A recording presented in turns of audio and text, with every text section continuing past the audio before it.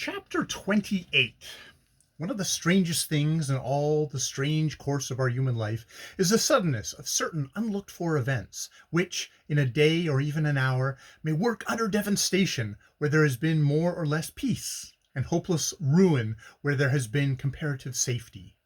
Like the shock of an earthquake, the clamorous incidents thunder in on the regular routine of ordinary life, crumbling down our hopes, breaking our hearts, and scattering our pleasures into the dust and ashes of despair. And this kind of destructive trouble generally happens in the midst of apparent prosperity, without the least warning, and with all the abrupt fierceness of a desert storm. It is constantly made manifest to us in the unexpected and almost instantaneous downfall of certain members of society who have held their heads proudly above their compeers and have presumed to pose as examples of light and leading to the whole community. We see it in the capricious fortunes of kings and statesmen who are in favor one day and disgrace the next, and vast changes are wrought with such inexplicable quickness that it is scarcely wonderful to hear of certain religious sects who, when everything is prospering more than usually well with them, make haste to put on garments of sackcloth and cast ashes on their head, praying aloud, "Prepare us, O Lord, for the evil days which are at hand." The moderation of the Stoics, who considered it impious either to rejoice or grieve, and strove to maintain an equitable middle course between the opposing elements of sorrow and joy, without allowing themselves to be led away by overmuch delight or overmuch melancholy, was surely a wise habit of temperament. I, who lived miserably as far as my inner and better consciousness was concerned, was yet outwardly satisfied with the material things of life and luxuries surrounding me. And I began to take comfort in these things, and with them endeavored to quell and ignore in my more subtle griefs, succeeding so far in that I became more and more of a thorough materialist every day, loving bodily ease, appetizing food, costly wine, and personal indulgence to a degree that robbed me gradually of even the desire for mental effort. I taught myself, moreover, almost insensibly, to accept and tolerate what I knew of the wanton side of my wife's character. True, I respected her less than the Turk respects the creature of his harem, but, like the Turk, I took a certain savage satisfaction in being the possessor of her beauty, and with this feeling, and the brute passion it engendered, I was fain to be content.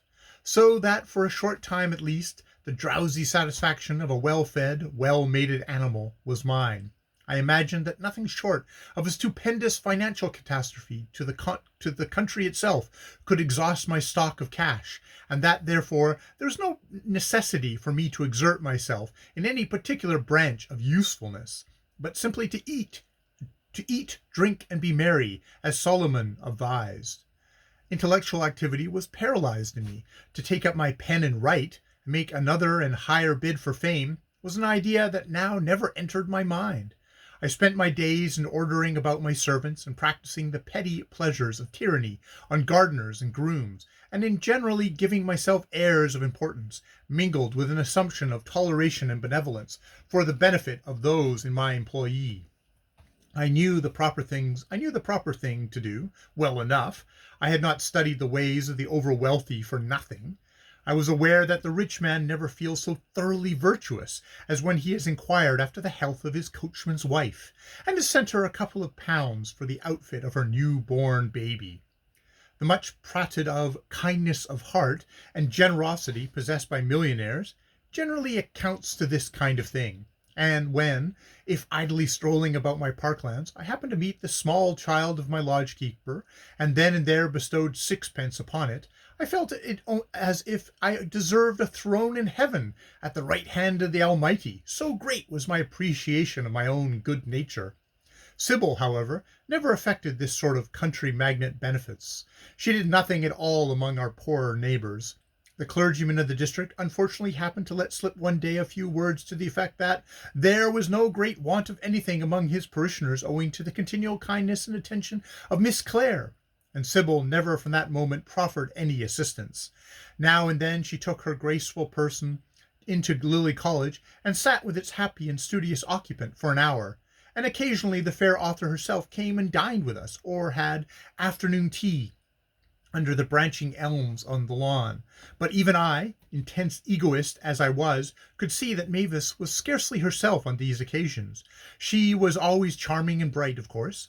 Indeed, the only times in which I was able to partially forget myself and the absurdly increased importance of my personality in my own esteem were when she, with her sweet voice and animated manner, brought her wide knowledge of books, men, and things to bear on the conversation, thus raising it to a higher level than was ever reached by my wife or me. Yet I now and then noticed a certain vague constraint about her, and her frank eyes had frequently a pained and questioning look of trouble when they rested for any length of time on the enchanting beauty of Sybil's face and form. I, however, paid little heed to these trifling matters, my whole care being to lose myself more and more utterly in the enjoyment of purely physical ease and comfort, without troubling myself as to what such self-absorption might lead to in the future. To be completely without a conscience, without a heart, and without sentiment was, I perceived, the best way to keep one's appetite and preserve one's health. To go about worrying over the troubles of other people, or put oneself out to do any good in the world, would involve such expenditures of time and trouble as must inevitably spoil one's digestion. And I saw that no millionaire or even moderately rich man cares to run the risk of injuring his digestion for the sake of performing a kindness to a poorer fellow creature. Profiting by the examples presented to me everywhere in society, I took care of my digestion, and was particular about the way in which my meals were cooked and served, particularly too as to the fashion in which my wife dressed for those meals, for it suited my supreme humor to see her beauty bedecked as suitably and richly as possible, that I might have the satisfaction of considering her points with the same Epicurean fastidiousness as I considered a dish of truffles or specially prepared game. I never thought of the stern and absolute law, unto whom much is given, even from him should be much required. I was scarcely aware of it, in fact. The New Testament was, of all books in the world, the most unfamiliar to me, and while I wilfully deafened myself to the voice of conscience, that voice which ever and anon urged me in vain to a nobler existence, the clouds were gathering, ready to burst above me with that terrific suddenness, such as always seems to us who refuse to study the cause of our calamities, as astonishing and startling as death itself.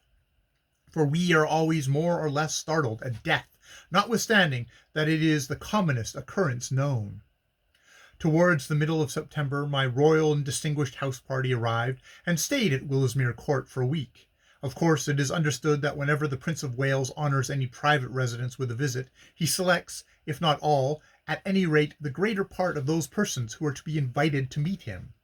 He did so in the present instance, and I was placed in the odd position of having to entertain certain people whom I had never met before, and who, with the questionable tastes frequently exhibited among the upper 10, looked upon me merely as the man with the millions, the caterer for their provisions, and no more, directing their chief attention to Sybil, who was by virtue of her birth and association with one of their set, and pushing me, their host, more or less into the background. However, the glory of entertaining royalty was more than sufficed for my poor pride at that time, and with less self-respect than an honest cur, I was content to be snubbed and harassed and worried 100 times a day by one or the other of the great personages who wandered at will all over my house and grounds and accepted my lavish hospitality. Many people imagine that it must be an honor to entertain a select party of aristocrats, but I, on the contrary, consider that it is not only a degradation to one's manlier and more independent instincts, but also a bore. These high-bred, highly connected individuals are for the most part unintelligent and devoid of resources in their own minds. They are not gifted as conversationalists or wits. One gains no intellectual advantage from their society. They are simply dull folk with an exaggerated sense of their own importance who expect wherever they go to be amused without trouble to themselves. Out of all the visitors at Willowsmere, the only one whom it was really a pleasure to serve was the Prince Wales himself, and amid the many personal irritations I had to suffer from others, I found it a positive relief to render him any attention, however slight, because his manner was always marked by that tact and courtesy which are best attributes of a true gentleman, whether he be prince or peasant. In his own affable way, he went one afternoon to see Mavis Clare, and came back in high good humour, talking for some time of nothing but the author of Differences, and of the success she had achieved in literature. I asked Mavis to join our party before the prince came, as I felt pretty sure he would not have erased her name from the list of guests submitted to him, but she would not accept, and begged me very earnestly not to press the point. I like the prince, she had said. Most people like him who know him, but I do not always like those who surround him. Pardon me for my frankness. The Prince of Wales is a social magnet. He draws a number of persons after him, who, by dint of wealth, if not intelligence, can strive to push into his set. Now, I am not an advocate of push. Moreover, I do not care to be seen with everybody. This is my sinful pride, you will say, or, as our American cousins would put it, my cussedness. But I assure you, Mr. Tempest, the best possession I have, and the one which I value a great deal more even than my literary success, is my absolute independence. And I would not have it thought, even erroneously, that I am anxious to mix with this crowd of sycophants and time-servers who are only too ready to take advantage of the prince's good nature. And, acting upon her determination, she had remained more than ever secluded in her cottage nest of foliage and flowers during the progress of the week's festivities, the result being, as I have stated, that the prince dropped in upon her quite casually one day, accompanied by his esquire, and probably, for all I knew, had the pleasure of seeing the Dove reviewers fed, and squabbling over their meal. Much as we have desired and expected the presence of Romanes at our gathering, he did not appear.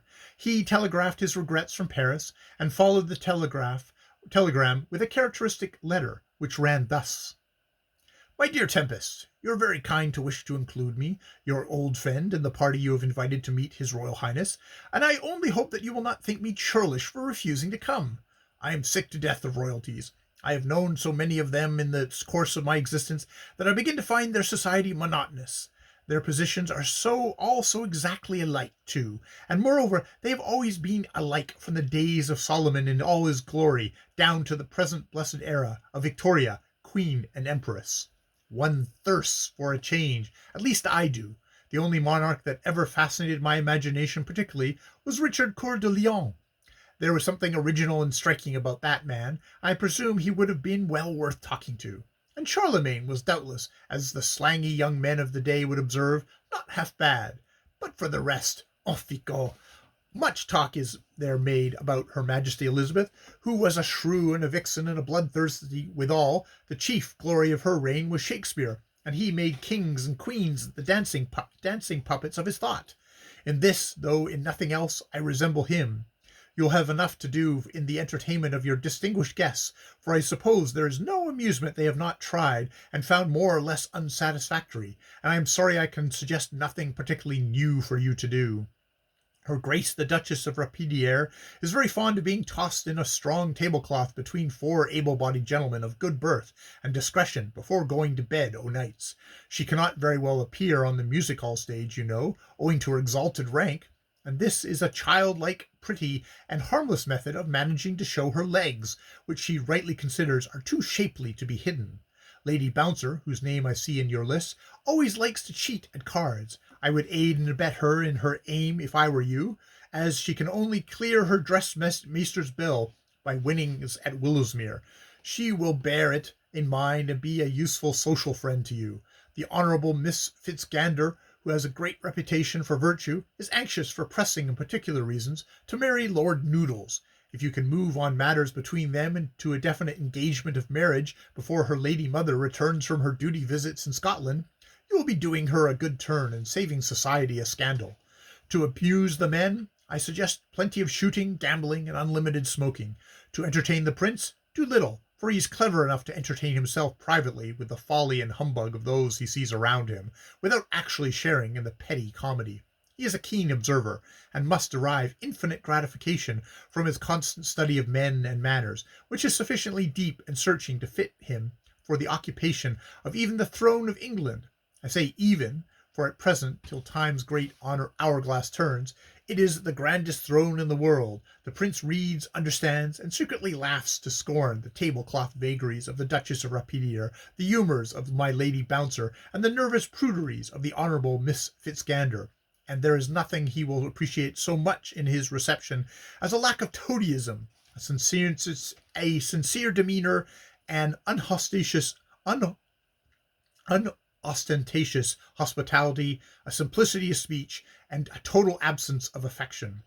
Remember this, and take my advice for what it is worth. Of all the royalties at present flourishing on this paltry planet, I have the greatest respect for the Prince of Wales, and it is by reason of this very respect that I do not intend, on this occasion at any rate, to thrust myself upon his notice. I shall arrive at Willowsmere when your royal festivities are over. My homage to your fair spouse, the Lady Sybil, and believe me, yours, as long as you desire it, Lucio Romanes.